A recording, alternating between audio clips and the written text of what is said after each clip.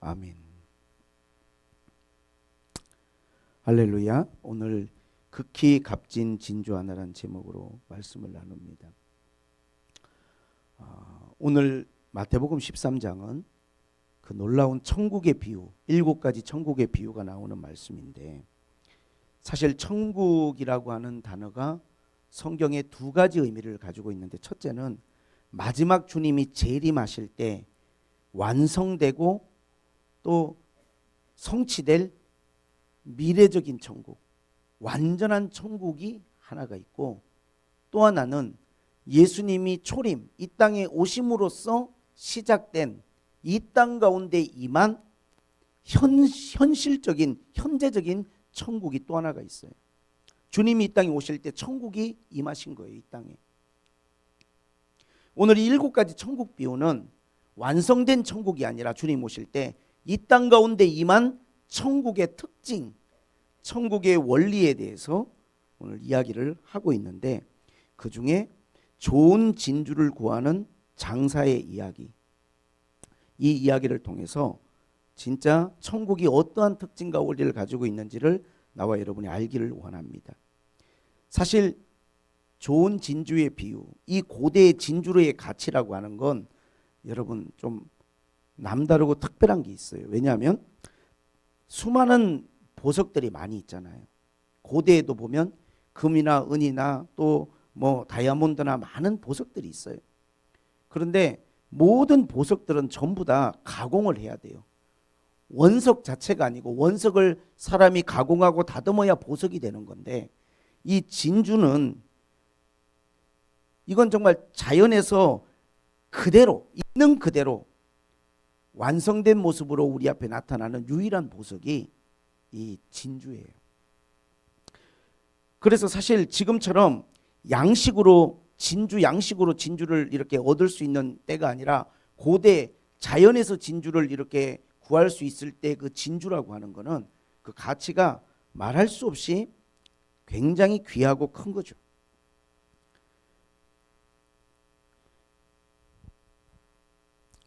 그래서 사실 오늘 말씀 가운데 천국은 이 좋은 진주를 구하는 장사와 같다는 거예요. 좋은 진주라고 하는 것은 어떤 거냐 하면, 크기가 크고 동그랗고 모양이, 그 다음에 색깔이 밝고 빛이 나는 이런 진주가 귀한 거거든요. 이 진주는 값을 매기기가 어려울 정도로 귀한 거죠. 자연에서 그대로 얻어지는 거니까. 그런데 이 진주를 찾다가 극히 값진 진주, 귀한 진주를 찾았는데 극히 값진 진주를 발견한 거예요, 장사하는 사람이. 이건 진주 중에서도 최상품, 그냥 귀한 게 아니라 극히 값진 진주를 발견하더니 내 모든 것을 다 소유를 팔아서 이 진주를 사겠다는 거예요. 천국이 그와 같다는 거예요. 자, 여기서 여러분, 이 진주를 구하고자 하는 장사는 누굽니까? 여러 가지 해석을 우리가 할 수 있지만, 저는 오늘 초점을 이것은 바로 한 영혼을 구원하시고자 하는 우리 예수님이라고 저는 여러분에게 소개하고 싶어요. 천국은 좋은 진주를 찾고자 하는 주님이세요. 그럼 좋은 진주는 누굽니까? 바로 하나님 앞에 새로운 피조물이 되고 구원받는 한 영혼이 좋은 진주예요. 하나님 나라에 합당한 그 사람, 정말로 주님이 구원하시기에 합당한 그 사람, 그 한 사람을 주님이 이 땅 가운데서 찾으시는데 너무나 귀한 영혼, 지극히 값진 진주, 그것을 우리가 뭐라고 표현할 수 있냐면 천하를 주고도 바꿀 수 없는, 마태복음 16장 26절에 천하보다 귀한 한 영혼, 그런 진주를, 극히 값진 진주를 발견하고는 주님이 모든 것을 팔아서라도 이 진주를 사시겠다는 거예요. 여러분, 우리가 이것은 돈의 가치로 비교할 수 있는 문제가 아니잖아요. 이러한 어떠한 값진 진주를 구하고자 하는 이 장사의 마음은 어떤 거냐면 이것을 통해서 말할 수 없는 기쁨과 만족과 희열을 느끼는 거예요. 이 귀한 걸 발견하고 이런 게 세상에 있단 말이야. 이렇게 귀한 진주가, 이렇게 아름다운 진주가, 이렇게 소중한 진주가 세상에 있단 말이야. 이건 다 주고라도 내가 사야지.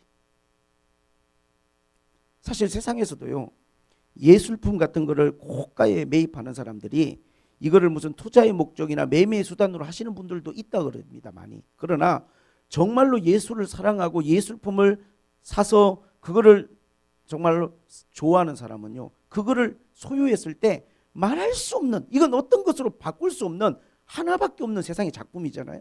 거기서 본인이 감동과 희열을 느끼는 거거든요. 그래서 값을 매길 수가 없는 거예요. 오늘 천국이 마치 그와 같다는 거예요. 그러면 이와 같이 지극히 값진 진주와 같은 주님이 찾으시는 이 사람은 어떤 사람이냐?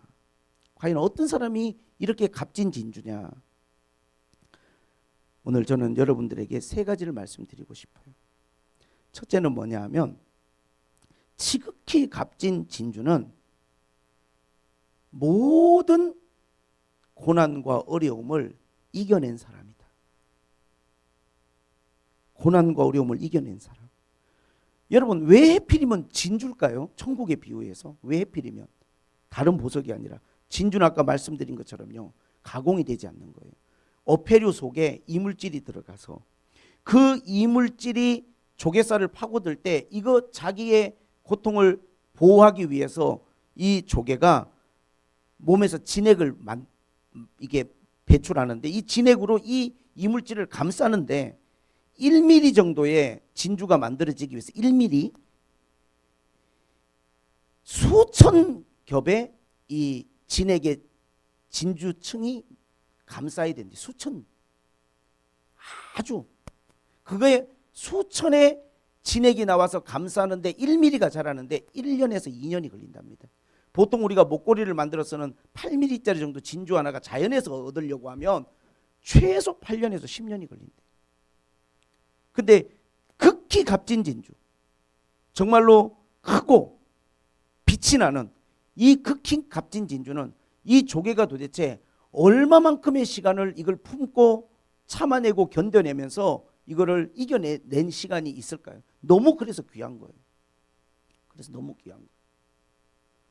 요한계시록 우리가 21장 21절을 보면 새 예루살렘의 모습이 나오는데 거기에 12개의 문이 있는데 그 12개의 문은 12진주라는 거예요. 다른 보석이 아니고 이 문이 진주예요.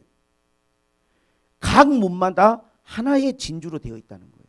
왜 천국의 문은 다 진주의 문일까요? 진주문일까요? 이 왜 12개의 문이 다 진주일까요? 하나의 해석은 예수 그리스도, 문은 예수 그리스도니까 예수 그리스도를 통하지 않고는 아무도 들어갈 수 없다는 의미가 있고, 또 하나는요, 그 문이 진주의 문인 것은 우리가 그 문을 통과하는 사람들은요, 승리하고 이겨내지 못한 사람은 통과할 수 없다는 뜻이에요. 왜냐하면 요한계시록 보세요. 7교회에 주님이 말씀을 주시는데 이 7교회에게 동일하게 주신 말씀이 뭐냐면 교회의 사정이 다 틀리고 상황이 틀리지만 이기는 자에게는 내가 너희들에게 약속을 주겠다는 거예요. 구원을 주겠다는 거예요. 면류관을 주겠다는 거예요. 생명나무를 주겠다는 거예요. 이기는 자에게는. 신앙생활이라고 하는 거는 우리가 우리에게 다가오는 수많은 도전과 어려움들을 이겨내는 거죠. 이겨내려고 하다 보니까 몸에서 진액이 나와요. 이겨내려고 하다 보니까 그 상황을 이겨내고 극복하려고 하다 보니까 우리 몸에서 말할 수 없는 힘든 시간들을 우리가 보내야만 되는 거예요.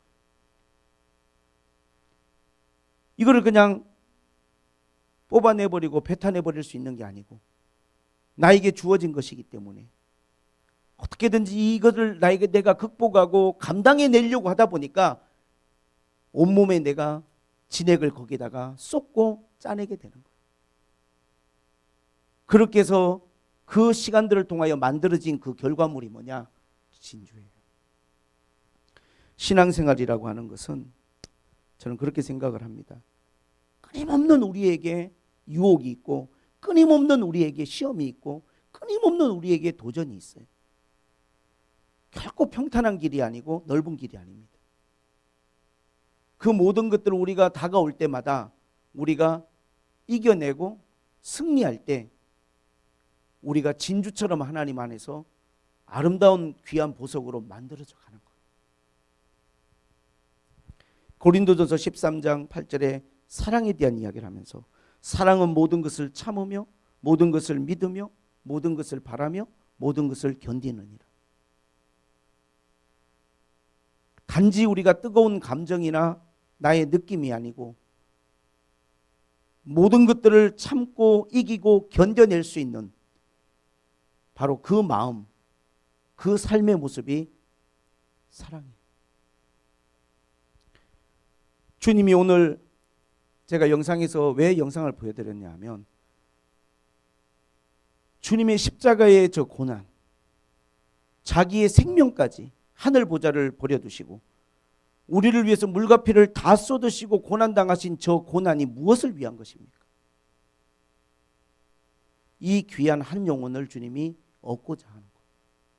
이 귀한 한 영혼을 주님이 구원하고자 하는 거예요. 이 귀한 진주 같은 사람을 하나님이 찾고자 하는 거예요. 그 사람을 위해서, 그 영혼을 위해서 다 쏟아부어 주신 거예요.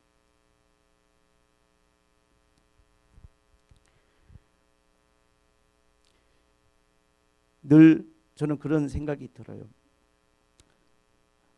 믿음이라는 우리가 단어가 우리의 삶 가운데 적용될 때는 항상 인내더라고요. 인내. 하나님 앞에.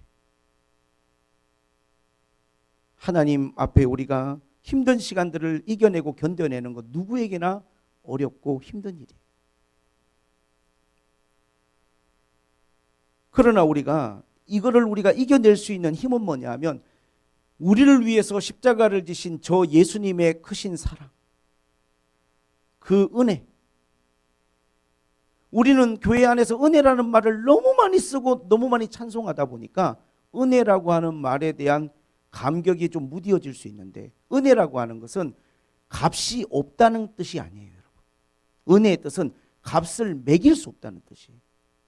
그건 값으로 평가가 안 되는 거예요. 이거는 그냥 값없이 주는 것, 그게 은혜라고 생각하지만 값을 매길 수 없는 것이 은혜예요. 그래서 부모님의 사랑을 우리가 은혜라고 말하잖아요. 값을 매길 수 없어요. 부모가 자식에게 쏟아붓는 애정과 진심과 사랑은 값으로 매겨지지 않는 것이라 은혜라는 단어를 쓰는 거예요. 예수님이 우리를 위해서 흘려주신 저 십자가의 저 사랑과 저 희생은 값으로 평가가 안 되는 것이기 때문에 은혜예요. 은혜.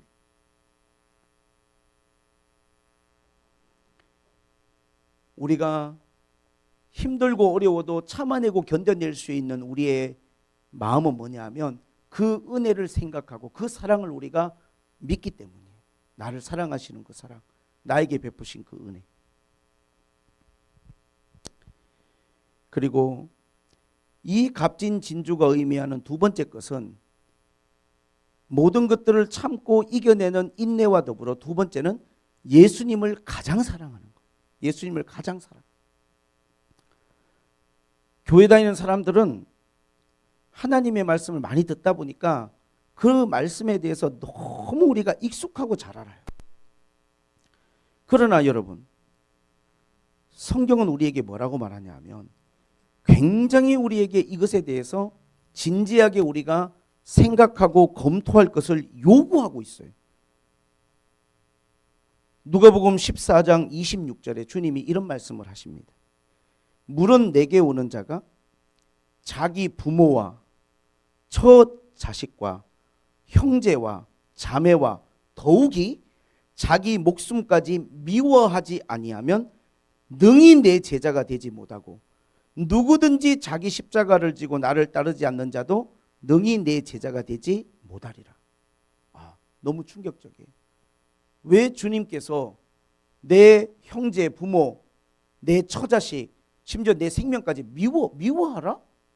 이걸 어떻게 우리가 해석해야 될까요? 이 미워하라는 말의 헬라어 단어가 미세오라는 단어예요. 이 미세오라고 하는 단어의 뜻은 덜 사랑하다, 조금 사랑하다는 뜻이에요. 다시 말하면 무슨 말이냐면 네 부모나 네 처자식이나 네 형제나 자매나 네 생명도 나보다 덜 사랑해야 된다는 거예요. 주님, 어떻게 우리가 그렇게까지 주님을 사랑할 수 있을까요? 어떻게 하면 우리가 그 무엇보다도 주님을 더 사랑하고 다른 걸 덜 사랑할 수 있을까요? 그래서 제가 영상을 보여드린 거예요. 주님이 우리를 구원하시려고 모든 대가를 지불하셨기 때문에 그 무엇보다 주님을 더 사랑하는 게 결코 주님이 우리에게 무리한 걸 요구하시는 게 아니에요. 주님은 다 주셨거든. 다 주셨거든. 누구든지 내 제자가 되고 나를 따라오려면 나를 가장 사랑해야 될 것이다. 그러고 난 다음에 그 다음 말씀이 저는 상당히 너무나 와닿아요. 어떤 말씀을 하셨냐면 바로 그 밑에 보니까 27절에 내 제자가 되지 못하리라. 너희 중에 누가 망대를 세우고자 할 때 자기 가진 것이 준공하기까지 족할지 먼저 그 비용을 계산하지 않겠느냐. 그렇지 아니하면 기초만 쌓고 능히 이루지 못하는 자가 되어 보는 자가 비웃을 것이다. 신앙생활 하려면 각오를 하고 해야 돼. 집을 짓는 사람이 내가 얼마만큼의 돈을 가지고 있고 건축 비용을 가지고 있는지 생각도 안 하고 집을 짓는 어리석은 사람이 어디 있겠냐는 거예요. 내가 이 집을 지을 때 땅을 기초를 다지고 그 다음에 이 집을 지어 올릴 때 들어가는 비용이 어느 정도 되고 내가 지금 가지고 있는 돈으로 이게 가능할까? 이거 다 계산해보고 짓는 게 당연하지 않겠냐? 아무 계산 없이 집을 짓다가 기초만 쌓아놓고 돈이 없어서 멈추면 남들이 다 저 뭐 하는 거냐고 비웃지 않겠냐? 신앙생활을 계산 없이 하는 게 아니라는 거예요. 예수님 따르는 거 아무 그냥 생각 없이 그냥 분위기가 좋고 상황이 그냥 다 즐거우니까 가는 게 아니고 너 분명히 계산해야 된다. 뭘? 네 생명까지도 걸고 네가 정말 순교의 마음까지도 가지고 나를 따를 수 있는지를 먼저 생각하고 결단하고 따라오라는 거예요. 주님 그렇게 말씀하시는 거예요. 그만한 가치가 있는지, 네가 그렇게까지 모든 것들보다 더 사랑할 그 가치를 나에게 둘 수 있는지 네 먼저 그것에 대해서 신앙 고백을 하고 나를 따라오라는 거예요. 안 그러면 어떤 상황이 벌어지냐? 뭐 신앙생활 열심히 하고 했는데 10년을 했던 20년을 했던 너무 힘들다. 주님을 더 사랑하는 게 너무 힘들다. 난 정말 이건 정말 내가 너무너무 감당하기 어렵다. 집을 짓다 만 거와 같다는 거. 어디까지 가야 되느냐? 네 목숨보다도 나를 더 사랑해야 내 제자가 될 수 있다. 여러분, 값진 진주라는 건 어떤 거냐면 주님을 가장 사랑하는 거예요. 주님이 그런 사람을 딱 발견하시고는 뭐라고 했냐면 와! 이런 귀한 진주가 있구나. 대한민국 땅에, 이 장안동에, 이 샘물길 교회 안에, 이 작은 정말 질그릇 같은 교회 안에 이렇게 주님을 사랑하는 귀한 진주가 있구나. 주님은 전 세계를 두루 다니시면서 귀한 진주를 찾으시는데 값진 진주 하나를 위해서 자기의 모든 것들을 다 버리시고 다 팔아서 그 진주를 사시려고 하는 장사와 같다. 그리고 또 주님 말씀하십니다. 그 밑에 읽어보면 어떤 임금이 전쟁을 하고 싸우러 갈 때 내 군사가 얼마고 상대방의 군사가 얼마인지 이것을 헤아리지 않고 싸우는 사람이 있겠느냐? 신앙생활을 하면서 그 정도 여러분 각오도 없이 그 정도 여러분들이 결단도 없이 신앙생활하면 우리는 결코 구원의 문을 열 수가 없고 진주의 문을 통과할 수가 없어요. 그 예루살렘의 진주문을 통과할 수 없습니다.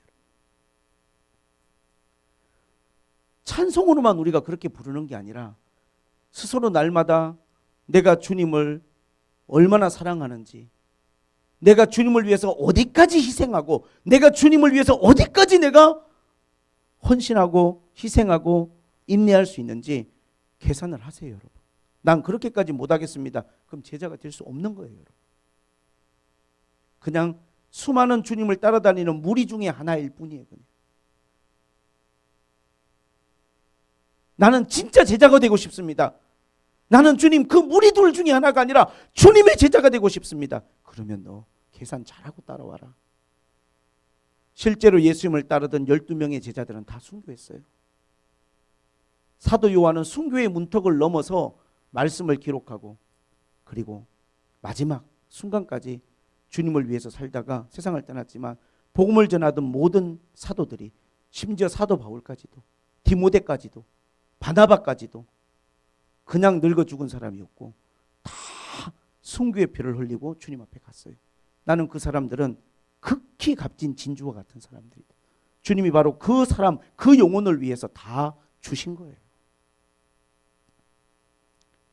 이 땅 가운데, 이 세상 가운데 그런 값진 진주를 발견한다면 주님은 그 진주를 위해서 다 주실 마음을 갖고 계세요. 네가 나를 이렇게 사랑한다면 내가 너한테 아끼는 것이 없다. 아끼는 것이 없다. 근데 우리는 이 부분에 대해서 스스로에게 우리가 이것을 물어볼 수밖에 없어요. 사람의 마음은 다른 사람이 알 수가 없잖아요. 내가 주님을 얼마나 사랑하는지. 사실 우리가 예배 드리러 오는 그 발걸음 하나, 우리가 섬기고 일하는 모든 것들이 주님 사랑하는 마음이 아니면 감당하지 못할 일들이에요. 예수님 때문에 하는 거예요. 예수님 때문에 형제를 사랑하고 예수님 때문에 자매를 사랑하고 예수님 때문에 연약하고 부족한 내 교회를 사랑하는 거죠. 내 아내가 완벽합니까? 세상에 완전한 사람입니까? 내 남편이 그렇게 정말 최고의 남편입니까? 아니에요. 예수님 때문에 형제를 사랑하고 자매를 사랑하고 이웃을 사랑하는 거예요. 그들이 완전하고 그들이 사랑받을 만한 해서가 아니라 예수님 때문에. 근데 누가복음 이 14장 말씀 주님이 하시면서 그 바로 앞을 읽어보면 14장을 읽어보면 무슨 이야기가 나오냐면 천국은 잔치를 베푼 임금과 같아요.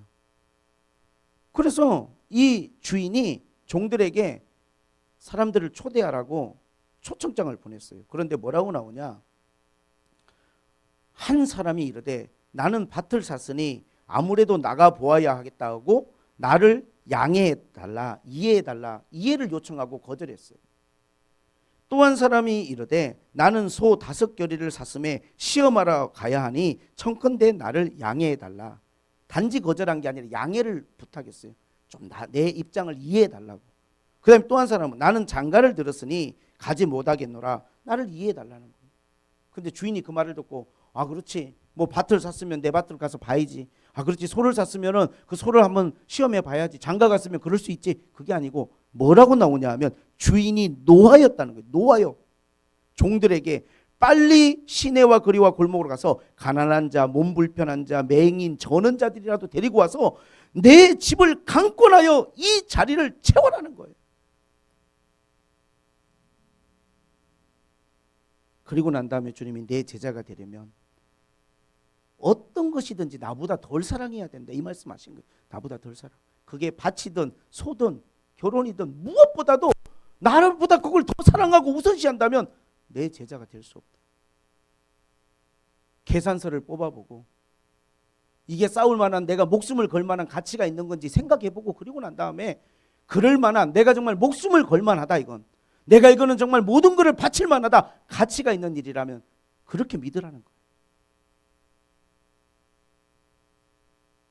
그게 주님이 우리에게 주시는 말씀이에요.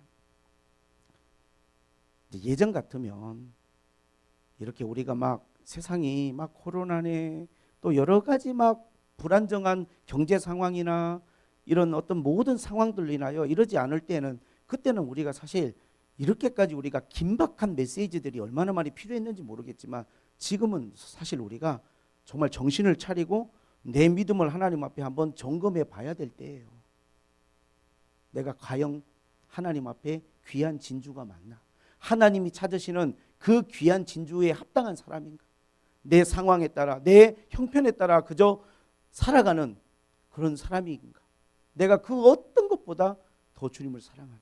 마지막 세 번째는 진주의 이 귀한 진주의 이 사람은 하나님의 말씀에 절대적으로 순종하는 사람이에요. 7가지 비유의 첫 번째 비유가 모든 비유의 열쇠예요. 키예요. 그게 뭐냐면 4가지 밭의 비유. 4가지 밭의 비유가 뭡니까? 이 천국 비유 첫 번째 비유가 길가밭과 그 다음에 돌짝밭과 가시밭과 옥토밭이 있어요. 이 좋은 밭이란 건 말씀을 듣고 깨닫는 자, 그리고 결실하는 자예요. 결국은 좋은 진주와 같은 사람은 하나님의 말씀을 듣고 그 말씀대로 순종하고 사는 것이 가장 여러분 귀하고 값진 거예요. 하나님의 말씀을 듣고 말씀대로 순종하고, 그게 가장 귀하고 값진 거예요. 그래서 여러분 산상수훈의 마지막 말씀이 뭡니까? 반석 위에 지은 집이 되라는 거예요. 반석 위에 지은 집은 뭡니까? 주님의 말씀을 듣고 순종하는 자는 반석 위에 지어진 집과 같으니 무너지지 않는다는 거예요. 그러나 내 생각과 내 상황에 따라 살아가는 건 모래 위에 집을 짓는 것과 같아서 지금 당장은 그게 화려해 보이고 아름다워 보여도 어떠한 위기가 왔을 때 그 주초가 말씀의 순종이 아니기 때문에 무너질 거라는 거예요. 여러분 가정을 경영하시든 사업을 경영하시든 제가 목회를 하든 우리 인생을 살아가는 무슨 일을 하든 주님의 말씀에 순종하겠다라고 하는 이 우리의 마음의 결심, 결단, 하나님의 말씀대로 내가 순종하겠다는 그 믿음이 여러분 흔들리지 않는다면 여러분 진주와 같은 사람이에요. 그래서 이게 여러분 자연산 진주는요 조개 수만 개를 다 까도 그 진주가 안 나온다고 그러죠. 수만 개를 까도. 너무 귀한 거예요. 너무 귀한 거. 왜? 이물질이 들어왔다고 다 진주가 되는 게 아니라 못 견디고 그냥 죽어버리고 썩어버리는 조개가 부지기수예요. 이거를 갖다가 끝까지 끊임없이 이물질을 감싸면서 온몸에 진액을 짜내면서 그게 8년이든 10년이든 그렇게 견뎌낸 시간만큼 진주는 빛이 나고 더 커져가는 거예요. 1년에도 수천 번씩 그걸 감싼대요. 수천 번씩. 목사님 저는 교회 올 때마다 찬송하면서 오고 즐거워서 오고 오는 게 즐겁고 사람들 만나는 게 너무 기쁘고 그러기 어려워요. 그런 사람 없어요. 우리가 신앙생활을 그런 기분과 감정으로 하는 게 아니잖아요. 주님의 십자가를 생각하고 하나님의 말씀을 붙들고 하나님이 주시는 인도하심을 따라서 순종하며 살아가는 게 우리의 신앙생활입니다. 우리의 신앙생활. 오늘 어쩌면 또 연말에 제가 이렇게 여러분과 이 말씀을 나누면서 좀 우리가 세상이 너무나 이렇게 힘들고 어렵다 보면 우리의 마음도 덩달아 힘들어질 수도 있고 아니면 우리가 오히려 하나님 말씀 안에서 뭔가 다시 한번 우리의 기초를 세우고 튼튼히 세워서 또 우리가 하나님 말씀에 순종하며 전진할 수도 있는 그러한 우리가 연말이기도 해요. 제가 설교 전에 말씀을 드린 것처럼 확실한 걸 붙드세요. 하나님이 여러분들을 인도하시고 하나님이 여러분들에게 주는 확신과 응답을 붙들고 하나님 앞에 여러분 나아가시면 여러분은 귀한 진주와 같은 사람이고 바로 주님이 모든 값을 지불할 만한 바로 그 가치가 있는 그러한 나와 여러분이 되는 줄로 믿습니다. 그래서 참 귀하기도 하지만 어려운 것 같아요.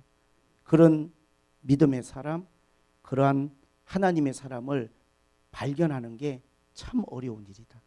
그래서 교회의 규모를 보지 마세요. 절대 하나님은 규모를 보지 않아요. 규모는 사람이 보는 거예요. 그러면 그 안에 있으면 뭔가 많은 것들이 있는 것 같지만 하나님은 이 극히 값진 진주 하나를 찾기 위해서 모든 것들을 걸고 찾으시는 장사와 같으신 분. 그거 찾으시는 분이. 나와 여러분 또 우리 새물교회 교회가 이러한 하나님 앞에 가치를 추구하고 이 믿음의 하나님 앞에 도달하기 위해서 함께 노력하는 교회가 되기를 원합니다. 하나님 아버지 감사합니다.